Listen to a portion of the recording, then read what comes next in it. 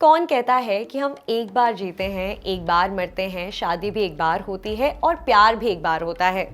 यदि ऐसा होता तो साल 1935 में अचानक से इस बात को लेकर भारत में खलबली नहीं मची होती, जब देश कांग्रेस और मुस्लिम लीग की तनातनी में फंसा हुआ था। और इसी देश की राजधानी दिल्ली में कुछ साल पहले पैदा हुई लड़की ये कह रही थी कि उसने पुनर्जन्म लिया है। उसकी ये बात इतनी पुख्ता थी कि कई लोग इस पर विश्वास किए बिना नहीं रह पा रहे थे। इन लोगों में से खुद हमारे देश के राष्ट्रपिता महात्मा गांधी भी शामिल थे। गांधी जी इस खबर से इतने प्रभावित हुए कि उन्होंने पहले तो खुद उस लड़की से मुलाकात की और फिर इस पूरे मामले की छानबीन के लिए 15 सदस्यों का कमीशन नियुक्त किया। अंत में गांधी जी को जो रिपोर्ट मिली, उसके आधार पर उन्होंने माना कि सच में पुनर्जन्म का केस था और इस केस का नाम है शांति देवी रीबॉर्न केस।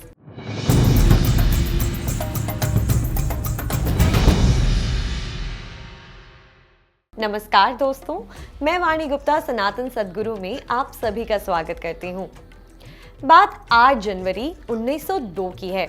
मथुरा में रहने वाले चतुर्भुज नाम के एक व्यक्ति के यहाँ एक बेटी का जन्म हुआ, जिसका नाम रखा गया लुगदी। 10 साल की उम्र में लुगदी का ब्याह केदारनाथ चौबे के साथ हुआ। केदारनाथ मथुरा में एक कपड़े की दुकान चलाते थे और ये उनकी दूसरी शादी थी।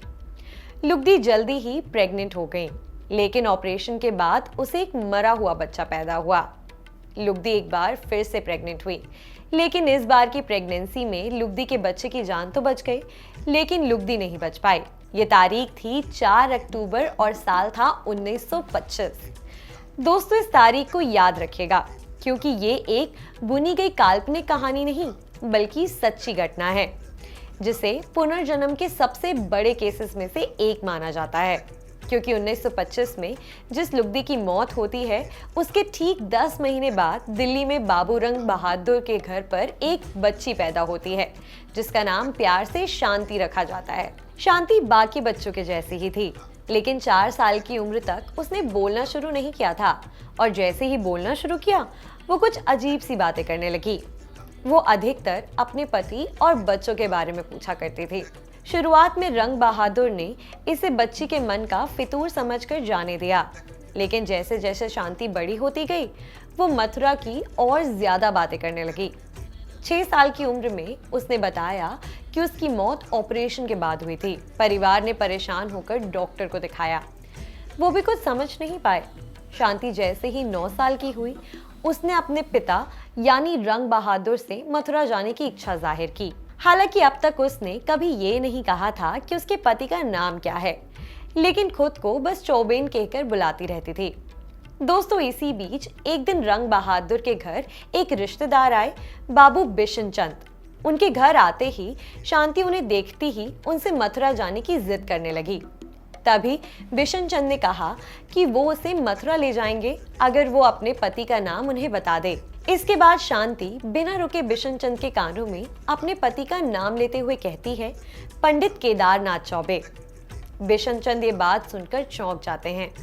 दोस्तों, चौंक आप जाएंगे, क्योंकि ये वही केदारनाथ चौबे हैं जिनकी पत्नी साल 1902 में लुगदी हुआ करती थी और 1925 में ऑपरेशन के दौरान उसकी मौत हो गई थी। बहरहाल, इस कहानी में आगे बढ़ते हैं। शांति के घर आए बिशन चंद उसके कहने पर केदारनाथ चौबे की खोज खबर, उनके बारे में जानकारी हासिल करते हैं। इसी बीच कांजीमल नाम के एक शख्स शांति से मिलते हैं और उससे केदारनाथ के मथुरा वाले घर की कुछ डिटेल्स मांगते हैं, जिसके बाद शांति उस घर के एक कोने के बारे में बताती है जहां उसने पिछले जन्म में कुछ रुपए छुपाए थे। दोस्तों, कांजीमल ने ये सब बातें तुरंत केदारनाथ तक पहुंचाई। इस केस से आश्चर्य में पड़े केदारनाथ भी शांति से मिलने पहुंचे, लेकिन इस दौरान कांजीमल ने केदारनाथ का ये कहते हुए परिचय करवाया कि ये केदारनाथ के भाई हैं, लेकिन शांति तुरंत केदारनाथ को पहचान गई।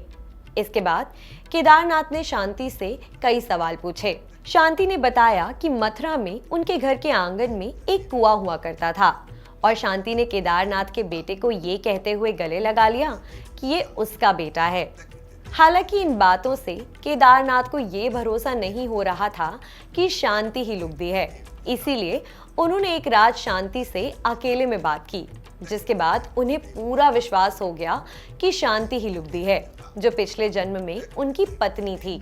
दोस्तों, इस बात को मीडिया ने तुरंत कैच किया और ये खबर पूरे देश में फैलते हुए महात्मा गांधी के कानों तक जा पहुंची।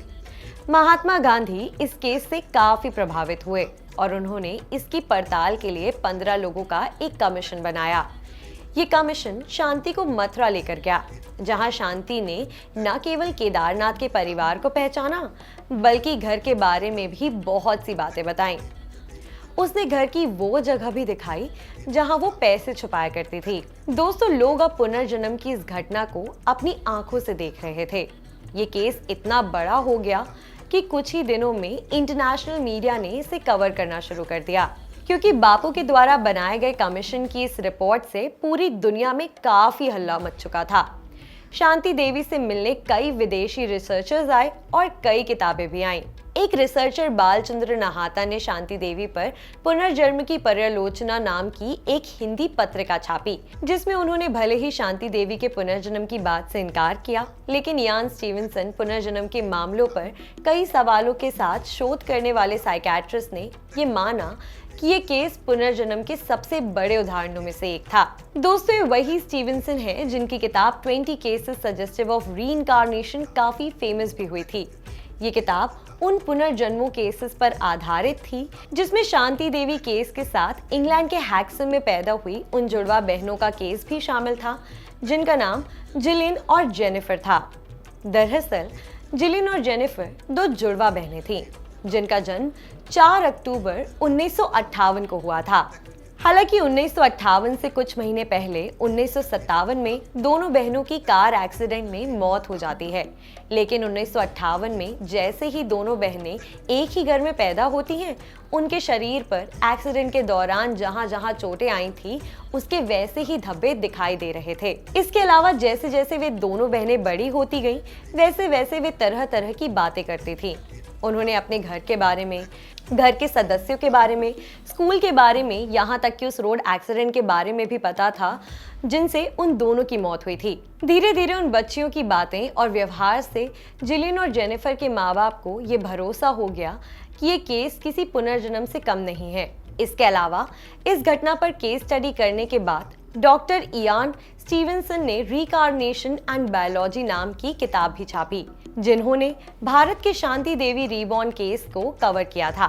दोस्तों, भारत की शांति देवी केस से लेकर इंग्लैंड के जिलिन और जेनिफर केस ये बताते हैं कि पुनर्जन्म होता है, जिसको लेकर हिंदू, बौद्ध, जैन में ऐसी मान्यता है कि जब कोई इंसान मरता है तो वो दोबारा पैदा होता है, लेकिन उसे अगला जन्म कैसा मिलेगा वो उसके पिछले जन्म के कर्मों पर निर्भर करता है। यानी हिंदू धर्म पुनर्जन्म की व्याख्या और अपनों का ख्याल रखने की जो भावना है, उसका समर्थन करता है। लेकिन दोस्तों, इस्लाम, ईसाई और यहूदी धर्म ये कहता है कि हम एक बार जीते हैं, एक बार मरते हैं, शादी भी एक बार होती है और प्यार भी एक बार होता है। यानी बरक्स अब्राहिम परंपरा में शुरू होने वाले धर्म पुनर्जन्मों में विश्वास नहीं करते, क्योंकि इन धर्मों के अनुसार आदमी एक ही बार जीता है और मरने के बाद या तो उसे स्वर्ग मिलता है या नर्क। लेकिन हिंदू धर्म अपने पौराणिक महत्व के साथ उस वैज्ञानिक मान्यता को भी मानता है, जिसमें पुनर्जन्म को अनफॉल्सिएबल हिप्नोसिस के नाम से जाना जाता है।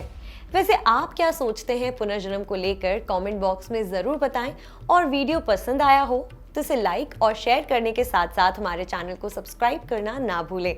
धन्यवाद।